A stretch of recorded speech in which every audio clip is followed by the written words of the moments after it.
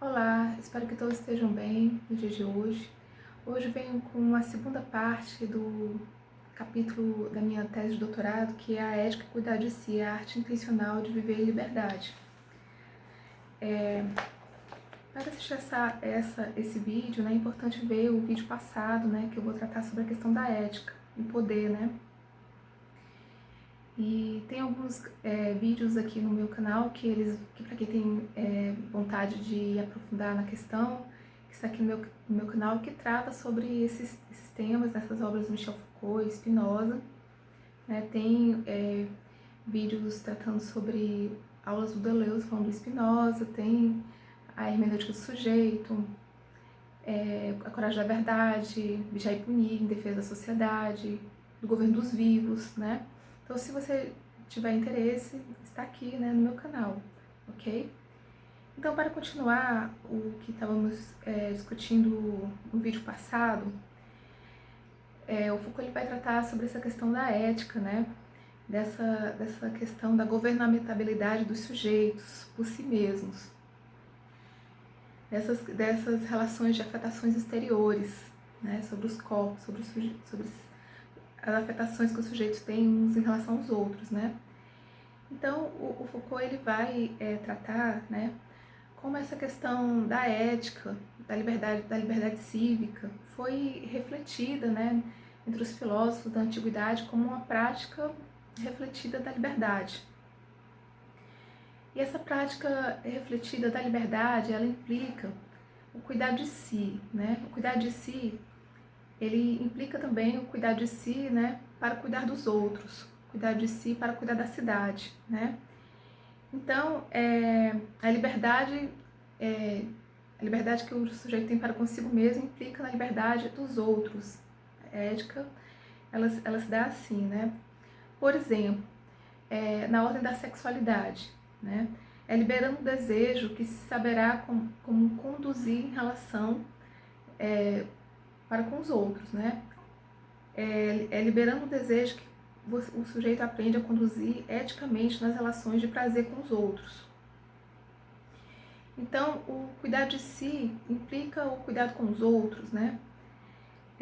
Não há, por exemplo, um abuso de poder, né?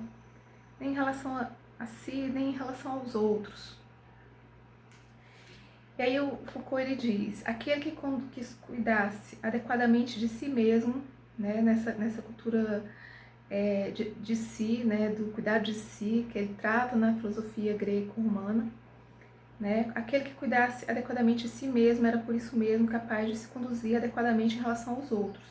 Uma cidade na qual todo mundo cuidasse de si adequadamente funcionaria bem e encontraria nisso o princípio ético de sua permanência. Não se deve passar o cuidado dos outros na frente do cuidar de si. Vem eticamente em primeiro lugar, na medida em que a relação consigo mesmo é ontologicamente primária. Então, implica o cuidar de si.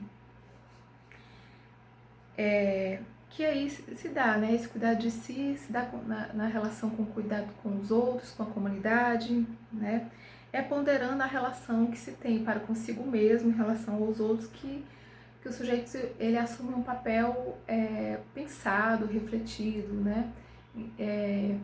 Em relação à sua liberdade interior e à sua liberdade para com os outros, né? É uma forma consciente, digamos assim, de se relacionar com os outros, né? É uma maneira de ser, escolhida livremente pelo sujeito, né?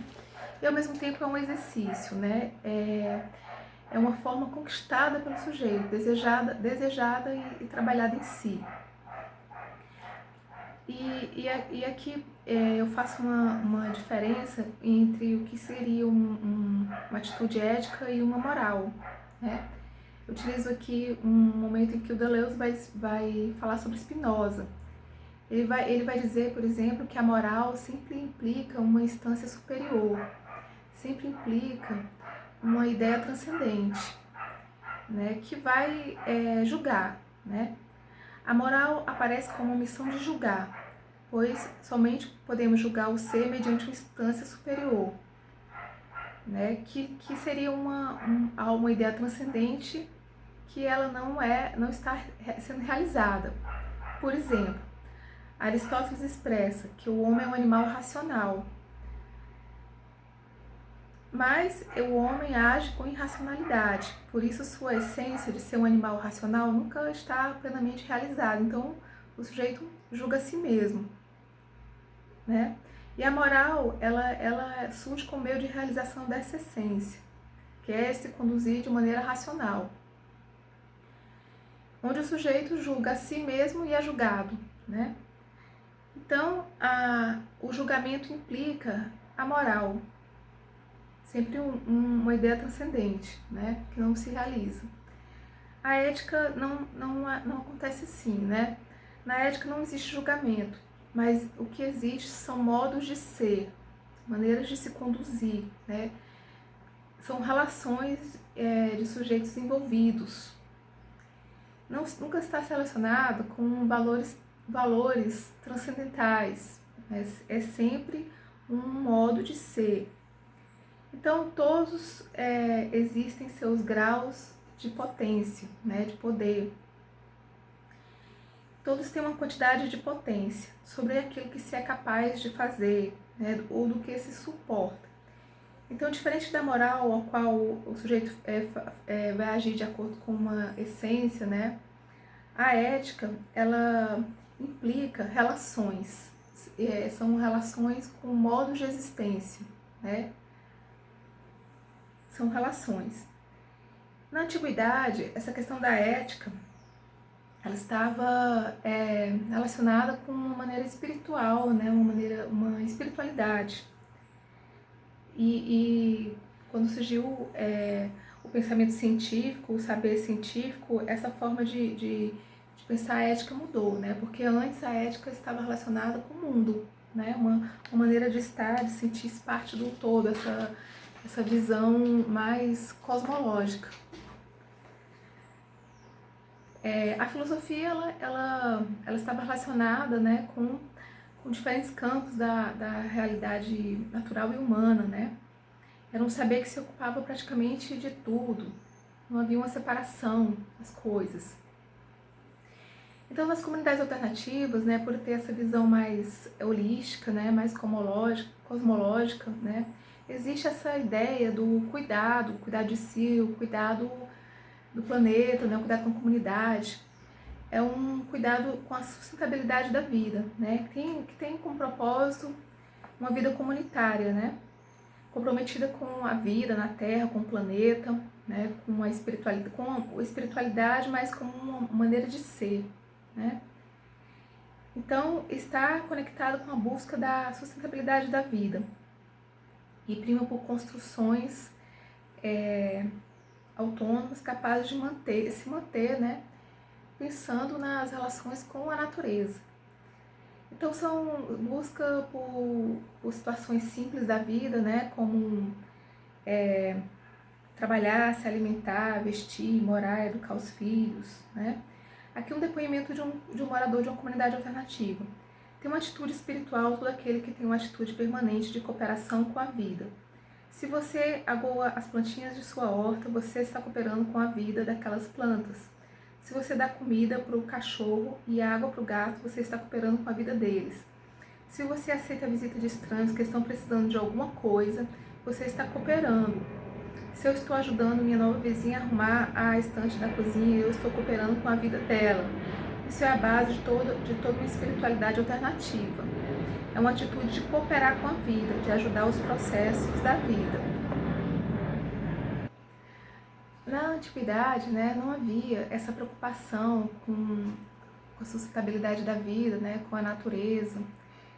A natureza era sempre vista como algo que deveria ser decifrada ou dominada, né? Não havia um pensamento ético refletido, né, como acontece hoje, né, em relação à vulnerabilidade da nossa relação com a Terra, né, com o planeta. Então, atualmente, né, essa questão de pensar a nossa relação com o mundo, ela está bastante presente, né, principalmente no movimento alternativo, das comunidades alternativas, né.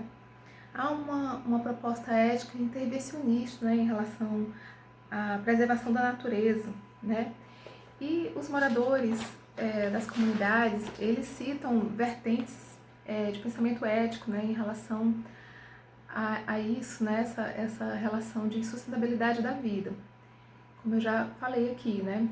Então, vamos tratar aqui de 4 vertentes éticas pensadas, né, que é o patocentrismo, o veganismo, o holismo e a permacultura, que eu pude constatar, né, nas minhas pesquisas, né. Então, é uma forma de pensar na nossa relação com o ambiente, né. É uma reação contra essa visão tecnicista, né, que separa os sujeitos dessa maneira holística, né, de pensar a terra, a natureza, né. Então, por exemplo, o patocentrismo é uma vertente que pensa, né, a capacidade de sofrer dos seres, né. Então, as suas ações morais está assim pensada em relação ao sofrimento. Por exemplo, você não vai impor o sofrimento aos animais, né, uma vez que você não quer estar ali passando por aquele mesmo sofrimento, né. Então, essa vertente do patocentrismo, ela vai, digamos assim, seria uma linha do veganismo, né, que consiste numa filosofia de vida baseada no direito dos animais, onde você evita explorar e agredir os mesmos. E aí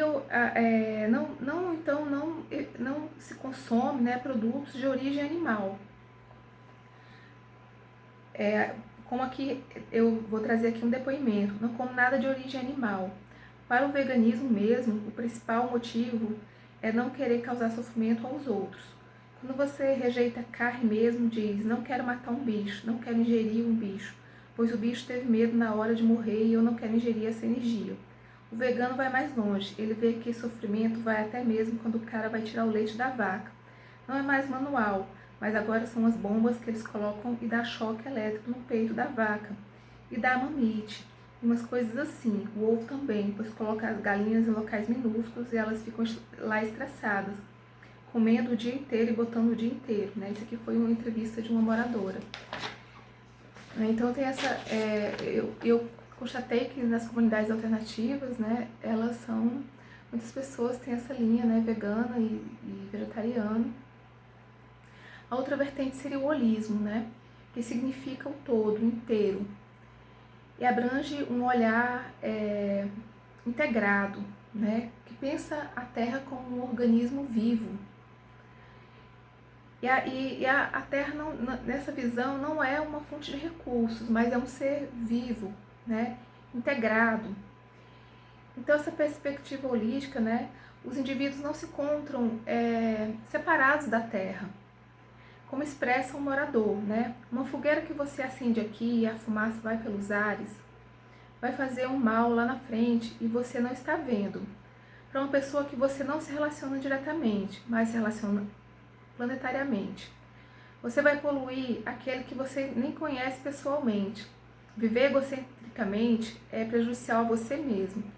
Os Estados Unidos exportam lixo, queimam o lixo, mas o planeta trata de voltar a poluição para eles lá. Não adianta ter uma visão egocêntrica, achando que vai causar mal ao outro, porque tudo volta, pois o planeta é um sistema único, né? Nós somos um só. Então, é uma visão, né, que visa essa de se encontrar, o sujeito não está separado da vida, né, do planeta, das relações, ele se encontra integrado, essa visão holística, né.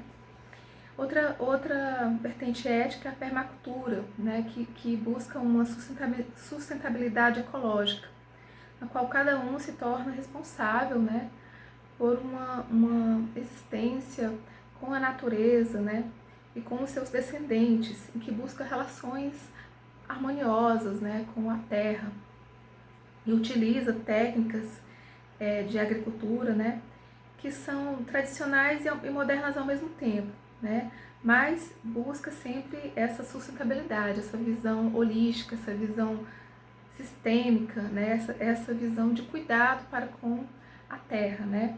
A permacultura é isso, o morador da comunidade alternativa vai dizer. Quando você fala de cuidar da terra, cuidar das pessoas, isso é a intenção da gente mesmo.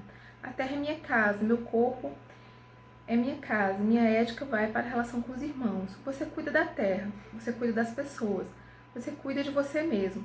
Se você é espelho meu, tenho que cuidar de você. Permacultura é o resgate dessa relação comunitária. A permacultura tem 3 princípios éticos: cuidar da terra, cuidar das pessoas e distribuir os excedentes igualmente. Significa satisfazer suas necessidades básicas de moradia, alimentação, conforto e contato humano. Então, uma vez satisfeitas essas necessidades básicas, você distribui os excedentes. Hoje me considero permacultora, porque tenho isso. Na minha cabeça, a minha ética é a do cuidado. Cuidar de mim significa cuidar do outro. Né? Essa visão aqui da permacultura.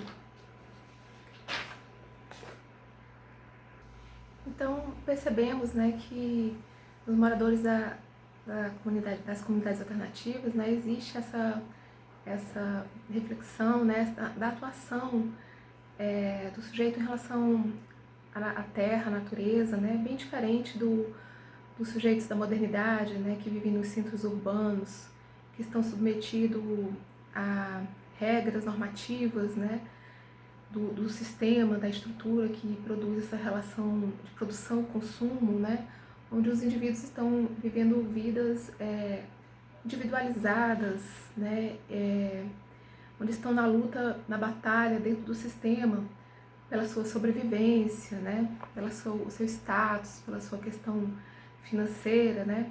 Então, esses indivíduos eles se colocam numa situação de liminaridade, né, onde eles estão, de certa forma, afastados das grandes estruturas sociais, das regras normativas, dos códigos morais impostos pelos grandes centros urbanos, né, eles procuram uma relação de si para consigo, né, visando ações, né, motivadas por questões onde se pensa a relação com o planeta, com os outros, né, a partir de ações e atitudes que vêm das suas interioridades, né, do seu pensamento, da sua reflexão.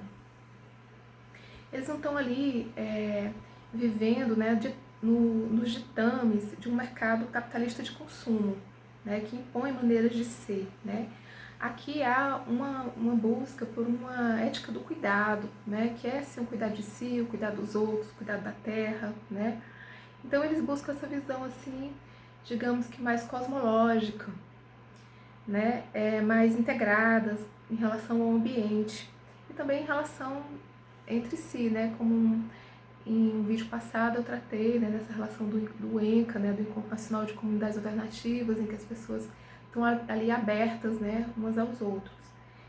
Então, essa forma de pensar, né, o pensamento greco-romano é um pensamento que pensa a relação do homem com o mundo, né, uma relação de liberdade, uma relação ética, né, que questiona padrões, questionam regras normativas de poder, né, que faz com que o sujeito questione essas relações, né, relações de poder que vêm das grandes estruturas, né. Então, a intenção é apontar, certo, para aquilo que se deseja ser, não daquilo que você é condicionado a ser, né. Ou seja, também uma busca de liberdade, né, de liberdade que visa o cuidado.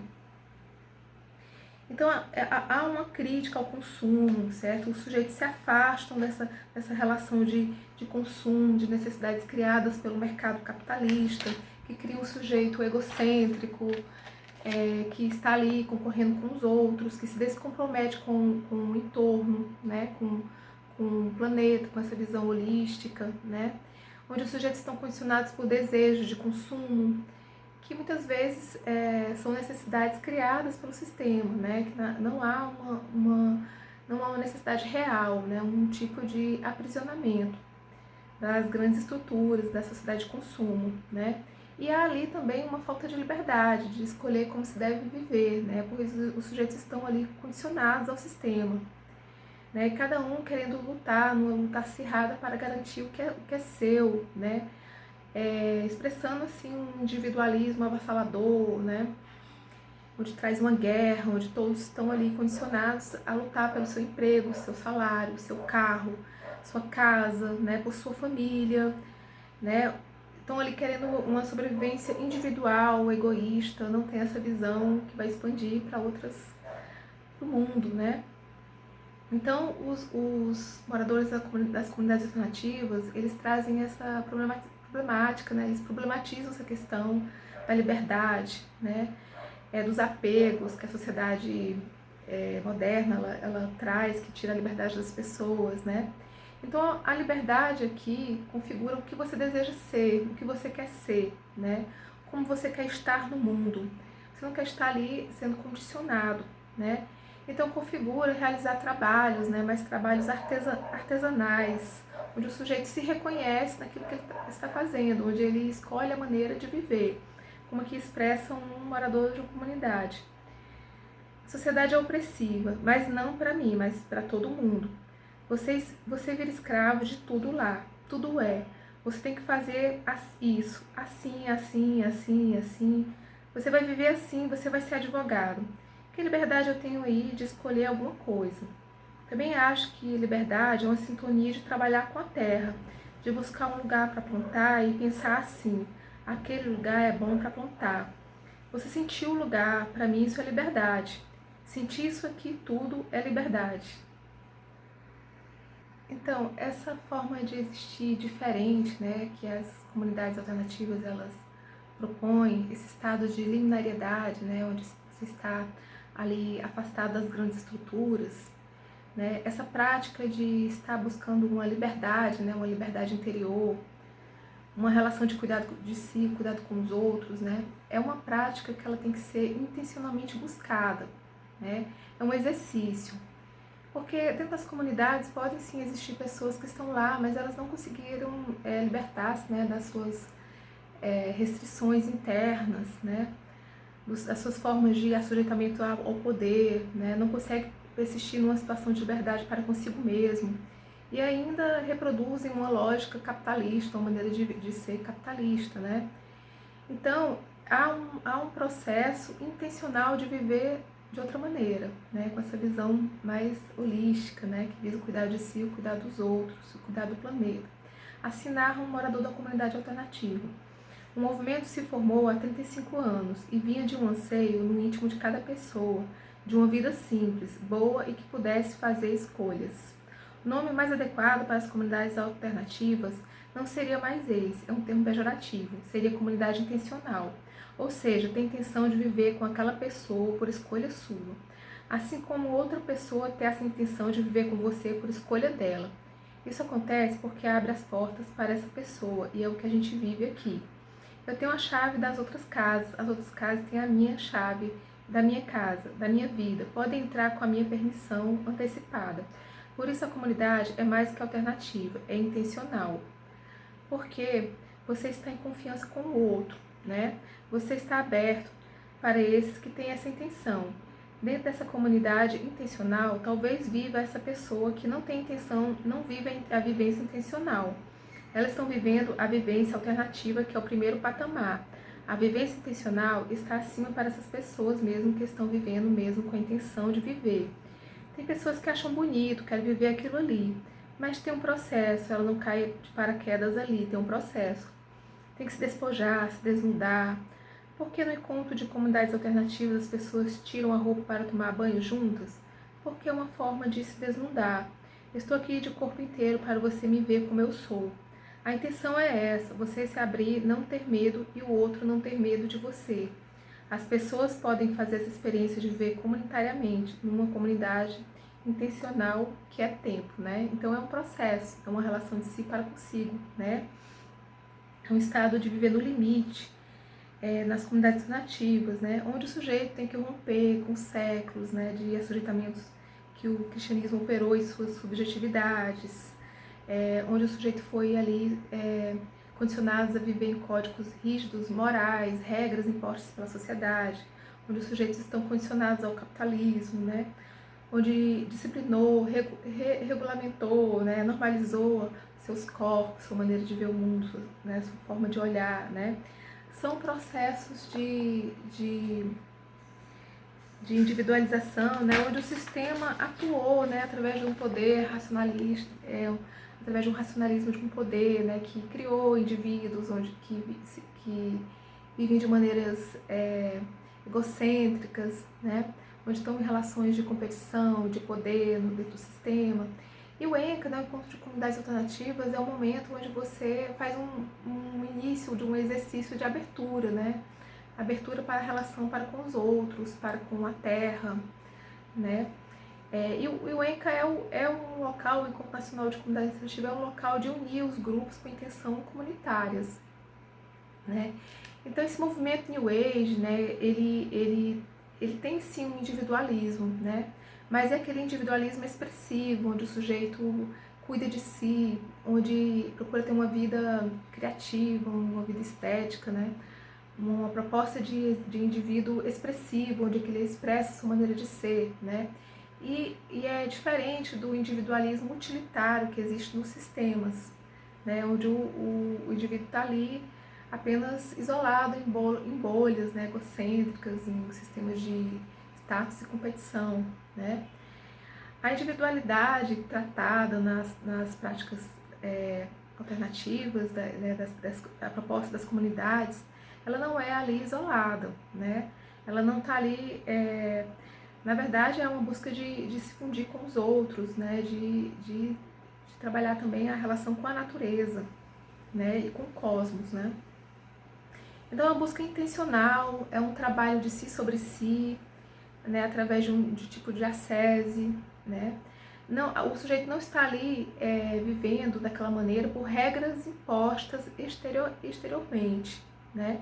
O sujeito ele escolhe viver daquela maneira. Não estou aqui falando que nas comunidades não existam regras, existe sim, né? Muitas regras para viver ali na comunidade, mas não vai ser algo que é imposto, né? O indivíduo ele escolhe viver daquela maneira para ter aquela convivência. Ele tem a intenção espontânea de viver de tal maneira, ou seja, diferente dos centros urbanos, no capitalismo, ele está sendo ali condicionado a viver naquelas regras, naquelas normas coercitivas de existência. Nas comunidades não, nas comunidades existe uma reflexão, você escolhe viver daquela maneira, né? Você escolhe livremente a viver daquela maneira. Como eu já falei, existem regras, né? Mas não é imposto. Você pode não viver daquela maneira caso você não queira. Então é escolhido individualmente viver comunitariamente. Então o Foucault, né, ele traz uma reflexão onde Platão, né, expõe que a filosofia não é simplesmente um aprendizado de um conhecimento, mas é um modo de existência, né, uma maneira de ser, um ethos, né, pelo qual o sujeito ele elabora a si mesmo, é um exercício de si sobre si, que parte a princípio pela vontade do sujeito, né?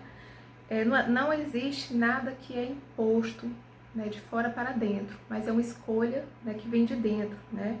Então é dessa forma que a filosofia encontra a sua realidade, né? É um caminho a ser percorrido, né? Um tipo de trabalho sobre si, uma ascese.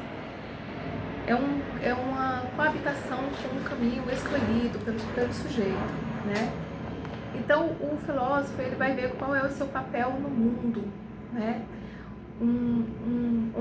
Onde você não se coloca como sujeito cumpridor de leis, mas é alguém que pensa a sua relação ética, né, com as suas leis internas, sua moral interna, né?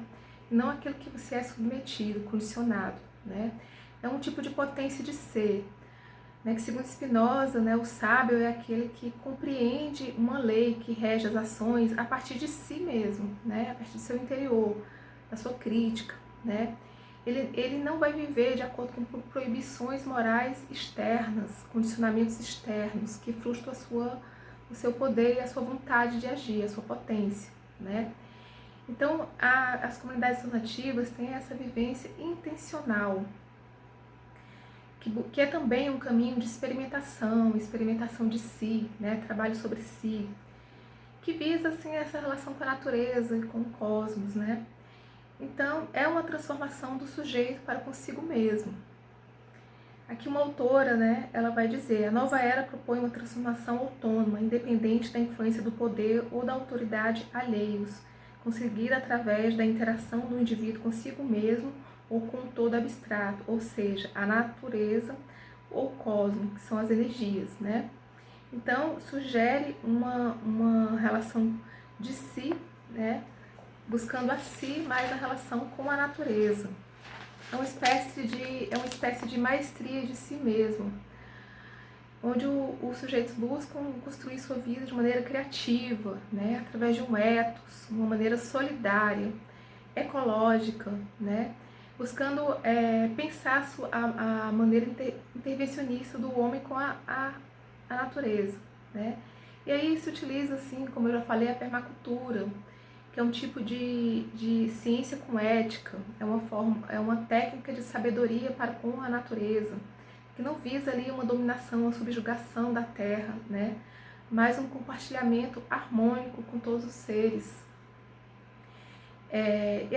E ao meu ver, né, as comunidades alternativas representam um lugar onde há esse pensamento, essa tentativa, né, de pensamento ético e liberdade, né, sucedidas ou não, né, é aquele local que eu percebi uma tentativa, né, de viver de maneira ética, que busca assim, esse cuidado de si com os outros, com a natureza, né, é uma visão holística, cosmológica, que pensa a potência e a diversidade de todos os seres. Bem, gente, eu finalizo aqui esse vídeo, eu agradeço por quem assistiu, logo estarei com outros vídeos, eu agradeço, muito obrigada.